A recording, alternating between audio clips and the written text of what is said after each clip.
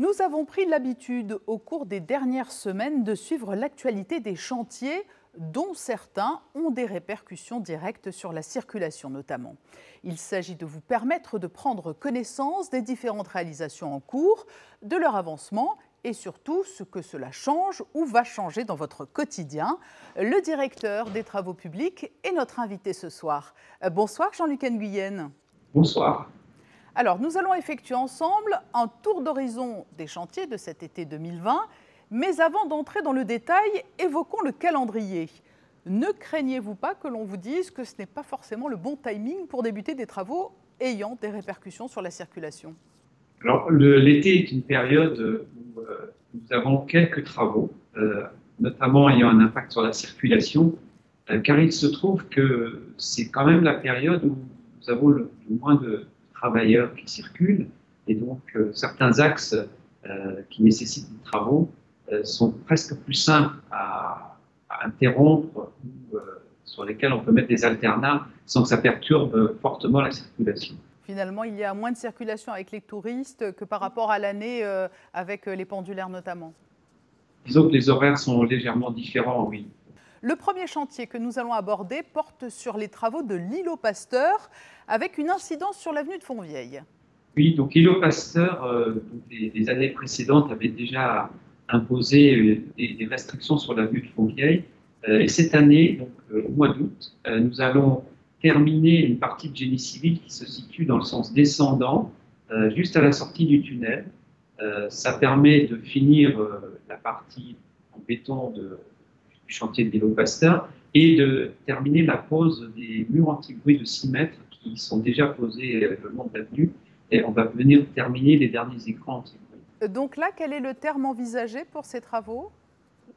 Alors les travaux se déroulent du 3 au 27 août. Le carrefour avenue de Fontvieille rue du Gabion est également concerné, hein?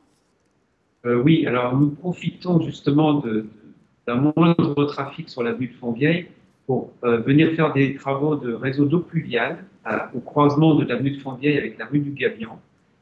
Ces travaux démarrent un peu plus tôt, ils démarrent le 27 juillet et ils se prolongent jusqu'au 4 septembre, un peu avant la rentrée scolaire.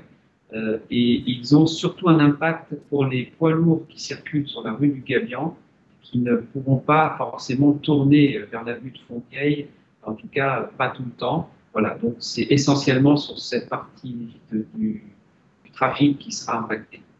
Jean-Luc Nguyen, nous allons remonter vers le CHPG.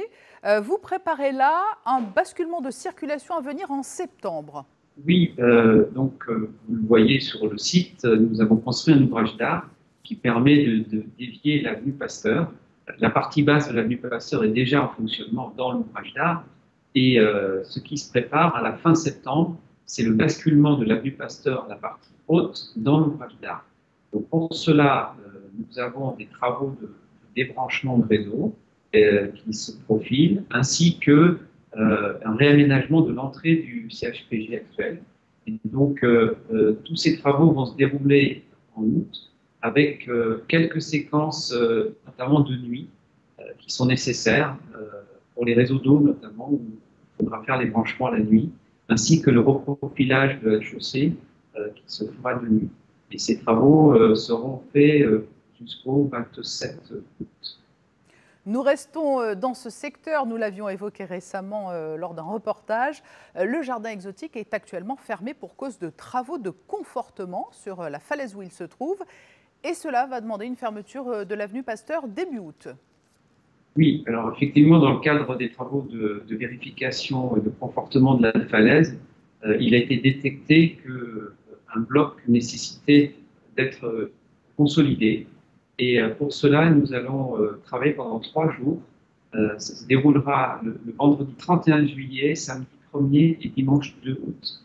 Et effectivement, ça nécessite de couper l'avenue Pasteur dans le sens montant au niveau du CHPG et jusqu'à la sortie du tunnel, donc un peu avant le carrefour avec le boulevard de Belgique. Un coup de projecteur à présent sur le quartier de la Costa. Oui, alors le quartier de la Costa, nous avons un chantier en cours privé en ce moment qui d'ailleurs implique une coupure de l'avenue de la Costa jusqu'au 31 juillet mais je voulais surtout évoquer avec vous la création d'un studio de danse à l'Académie de danse. C'est un chantier qui démarre et qui va impliquer à partir du mois de septembre la coupure de l'escalier de la Costa, et ce jusqu'à peu près en juillet 2021. Enfin, dernier chantier, la réfection des piles d'Espélugues, un chantier de longue haleine. Oui, en effet, il y a quelques jours, au mois de juillet, nous avons fait un test de réfection d'une des piles d'Espélugues qui a eu un petit impact sur la circulation des piétons et des véhicules. Cette phase de test va permettre de lancer en septembre un chantier très important de rénovation de l'ensemble des piles. C'est un chantier qui se déroulera en plusieurs périodes, car comme vous le savez, à chaque Grand Prix, nous serons amenés à libérer le tunnel et à reprendre des travaux à l'été suivant. Et donc, ce chantier se déroule bien entendu sur la mer, mais il aura un impact sur le trottoir qui est situé côté mer, et donc il nous faudra dévier la circulation des piétons vers le côté de terre. Jean-Luc Nguyen, vous venez de nous présenter 5 grands chantiers publics. À cela s'ajoutent les chantiers privés en cours. C'est de nature à alimenter la polémique sur le fait qu'il y a trop de travaux au même moment à Monaco. C'est un mal nécessaire ? Nous avons la particularité d'avoir une activité de construction très dynamique, avec de multiples chantiers, aussi bien publics que privés. Et notre travail consiste à coordonner au mieux les interventions des différentes entreprises afin de minimiser les nuisances. Jean-Luc Nguyen, merci pour ces précisions qui sont utiles pour comprendre les modifications de circulation à venir dans Monaco.